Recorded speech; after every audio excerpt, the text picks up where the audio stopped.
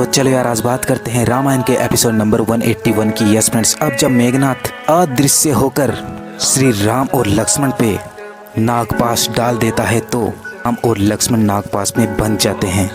तो श्री राम के सहयोगी उनको वहां से उठाकर किनारे पर लेकर जाते हैं और जामुन सुग्रीव ये देखकर कि राम और लक्ष्मण मूर्छित हो गए हैं और अब धनुषशाही हो चुके हैं तो वो बहुत चिंता में पड़ जाते हैं। और दूसरी ओर मेघनाथ अपनी सेना से कहते हैं कि अब तुम जाकर उत्सव मनाओ, अब नागपाश से इनको विधाता भी नहीं बचा सकता। तुम ये सोचो कि युद्ध ही समाप्त हो चुका है। तो अब जब मेघनाथ वापस लंका पहुंचता है और वहां पर उसका बड़े ही जोरों शोरों से स्वागत किया जाता है और रावण कहता है कि पुत्र, आज लंकापति रावण तुम्हारा खुद अभिनंदन करता है, तुम्हारी जय हो बेटे। नाथ अपने पिता से कहता है कि अब तो चले यार आज बात करते हैं रामायण के एपिसोड नंबर 182 की। यस फ्रेंड्स, अब रावण अपने पुत्र इंद्रजीत से कहता है कि पुत्र, सभी चहक रहे थे कि राम और लक्ष्मण कोई साधारण पुरुष नहीं है, लेकिन इंद्रजीत आज तुमने अपने पिता का मस्तक गर्भ से ऊंचा कर दिया है, तुम्हारी जय हो बेटे, जय हो। और दूसरी ओर विभीषण अपने सभी मित्र और सेनाओं को बता रहे थे कि ये नागपाश तो तभी छूटता है जबकि मनुष्य अपने प्राण त्याग देता है। जामवंत बताते हैं कि नागपाश को स्वयं ब्रह्मा ने अपूर्व यज्ञ करके प्रकट किया था। शिव ने आवश्यकता पड़ने पर संहार के लिए उसको मांग लिया था और मेघनाथ ने विकट तपस्या करके शिव से प्राप्त कर लिया। अब इसका कोई भी उपाय नहीं है।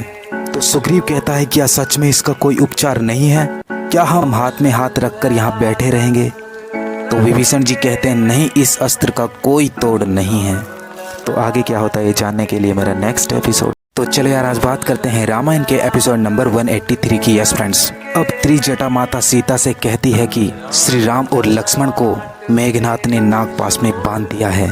तो माता सीता कहती है कि ऐसा नहीं हो सकता, मुझको विश्वास नहीं हो रहा है, काश मैं उनके चरणों तक जा सकती।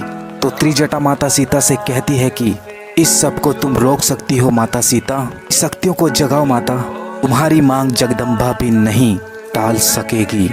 और माता सीता ध्यान में लग जाते हैं। और दूसरी ओर सुग्रीव कहते हैं इस नागपाश का कोई तो उपाय होगा जामवंत जी, हनुमान भी तो इससे मुक्त हो गए थे। तो हनुमान के पिता कहते हैं कि हनुमान को तो ब्रह्मा जी ने खुद ये वर दिया है कि वो जब चाहे नागपाश से मुक्त हो सकते हैं। तो अब जब अंगद इधर उधर देखता है तो उनको हनुमान जी कहीं भी नजर नहीं आते। तो वो सब कहते हैं कि अब हनुमान जी कहाँ चले गए।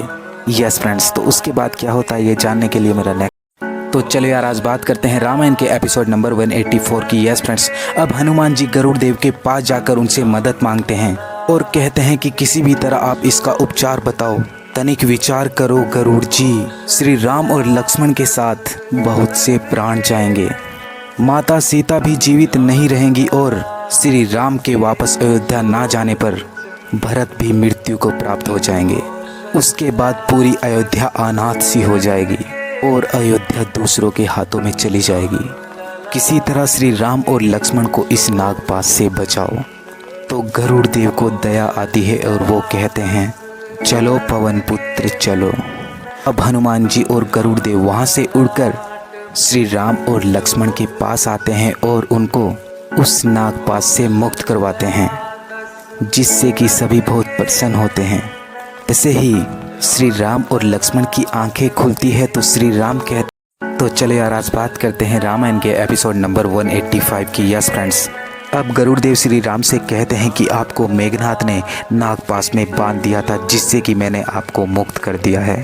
तो श्री राम कहते हैं कि आप कौन हो, मैं आपको समझ नहीं पाया।